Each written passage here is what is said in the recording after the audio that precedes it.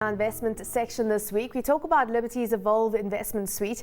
Now, the suite was a major talking point among some financial advisors and investment professionals in the past 3 weeks, as Finweek broke a story about its specific, very unique fee structure. Joining us for this segment, we've got David Lloyd, Managing Director for Investment at Liberty Retail, Stephen Nathan, CEO of 10X Investments in our Cape Town studios, and Thandisizwe Makluchana and Jessica Hubbard still with us at the desk.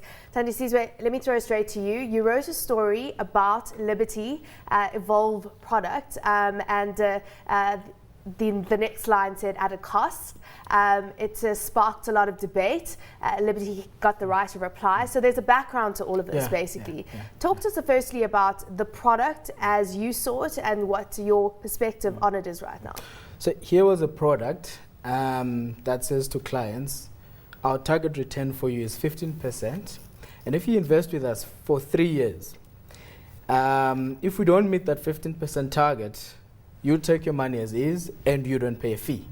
But then if there is excess return over that 15%, then we take it. So they have what they call growth sharing.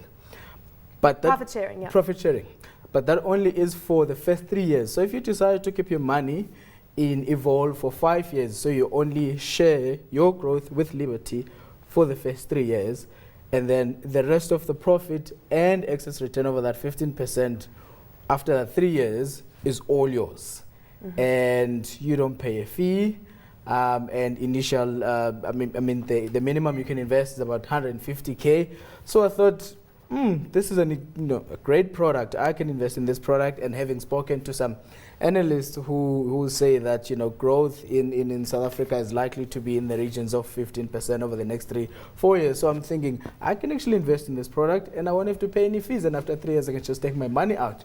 So I threw it out there to a few financial advisors to get their take on it, their analysis, and there were, call it, different analysis on the product, because it was not an easy product to analyze. It was quite complex, but the nice thing was that we were able to get David from Liberty, his side of the story, and we had quite a good engagement with the whole financial advisory universe, and I think we can throw it to him to hear what his side of the story is. This is unique. You don't pay an upfront fee like you do with traditional advisors. What you're saying, that means Correct. You've got more capital that's invested straight up front. Yeah. And then you've got, just with the 60% profit sharing agreement for that 3-year period, is it 13% that the investor gets in terms of the returns above 15%, and the rest goes to Liberty? No, so what actually happens is, so you get all of the 15%. Yeah, you get all the 15%. And then above that, you share it 60-40, with 60 going to Liberty. Okay, 60 going to Liberty and 40. Why So, do you come up with the structure? Well, to me, the costs of investing in South Africa are quite high. And in the current environment, if you're expecting relatively low returns, so actually the people I talk to, they kind of think if they can get 13, 14, 15%, they're actually quite happy. So it struck me that there was an opportunity here. To me, the product's not better, it's not cheaper, it's different. It's actually charging a different way. And so to me, it struck me that there was an opportunity to actually say to investors, look, rather than, what happens at the moment is when you invest, the advisor gets paid, you get paid, the product provider gets paid, and the client comes last.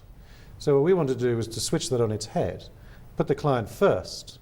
But they still have to pay, they still have to accept that if they get a decent return, Above 15%. Decent by our definition. So if as an investor you think 15 is actually a very modest return, we actually say this product's probably not for you. I mean, it doesn't suit everyone. Well, that's in line with the JSE's long-term returns, 15% per annum. Stephen, let's get your perspective on this. You didn't seem that excited about it. There was some caution that you, in kind of the commentary you had to Thandisizwe in the first article. So tell us your view on the product. The core of the product is that I think 60% gets invested in the top 40. Now, as an investor, if you want to invest in the top 40 SA equity, it's not a diversified portfolio, then the best way to do that is buy a low-cost index fund or low-cost ETF. You're going to pay about 0.5%. You might pay an additional admin platform, but that should be minimized. So you can definitely get that product at well less than 1%. And you capture all of the upside. The Liberty product, as I understand it, because you can already hear it's very complex as to what the charges are.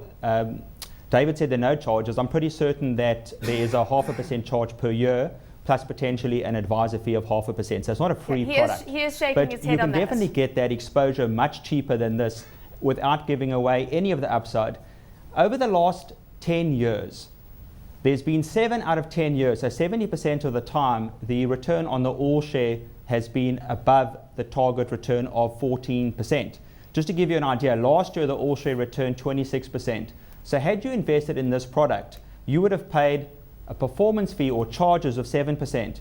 If you wanted exposure to the Aussie Top 40, you could have done that at 0.5%, so at least the same fee from Liberty without giving away any of the upside. So why on earth would you want to give away the upside when you don't have to?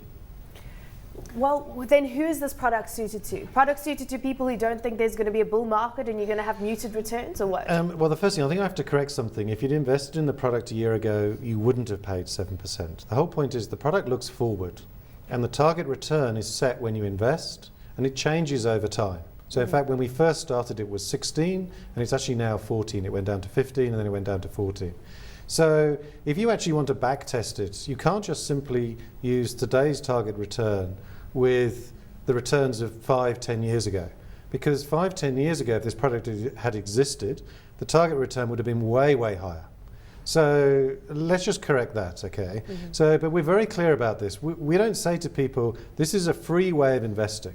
Now, you may feel that for you it is, because based on your expectation of returns, you feel it will be a free way of investing, okay? But we don't say that. Nowhere in the brochure do we say, wow, we've created this magical nirvana, okay? So to me, it's simply a different way of charging.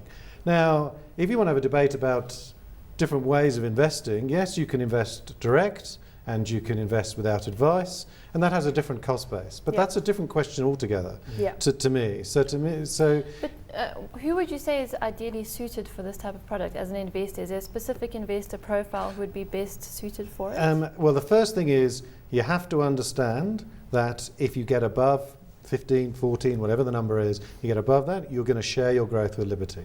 So to me, you have to be capable of understanding that. So to me, actually, the product's very simple. What's more complicated is how we actually do it. So the simplicity of the product is it's 0.5% per annum.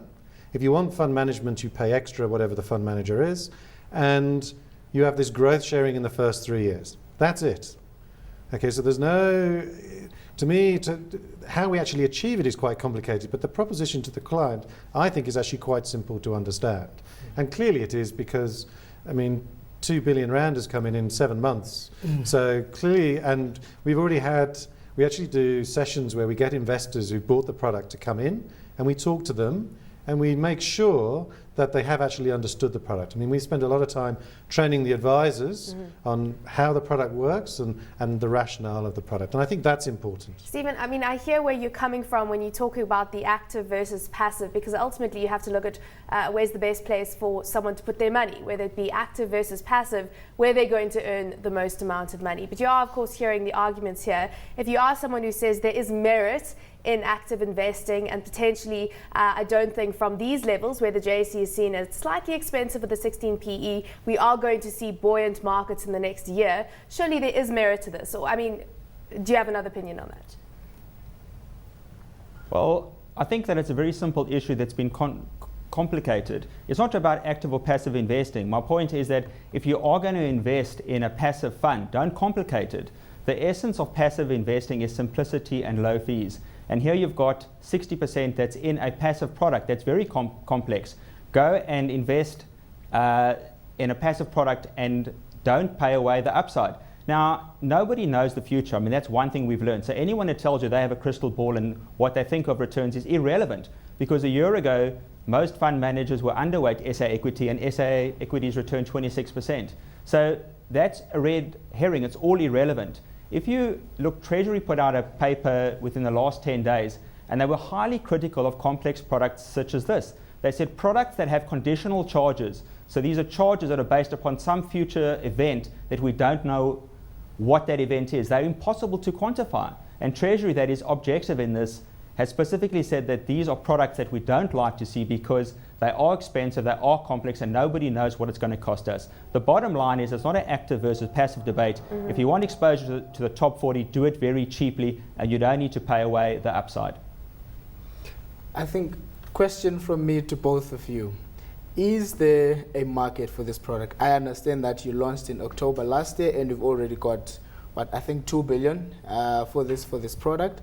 So considering that there's all this debate going on and there's a misunderstanding in terms of how complex or not so complex the product is there space for this product in this current market?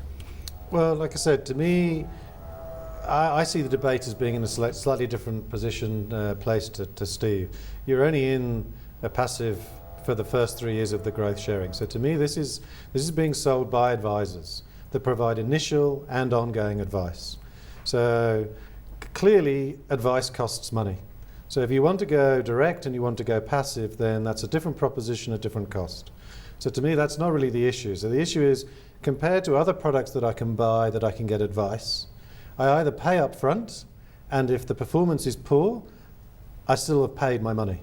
Or you can invest in a product like this, where if the performance is not as good as you would hope for, then actually you've paid significantly less.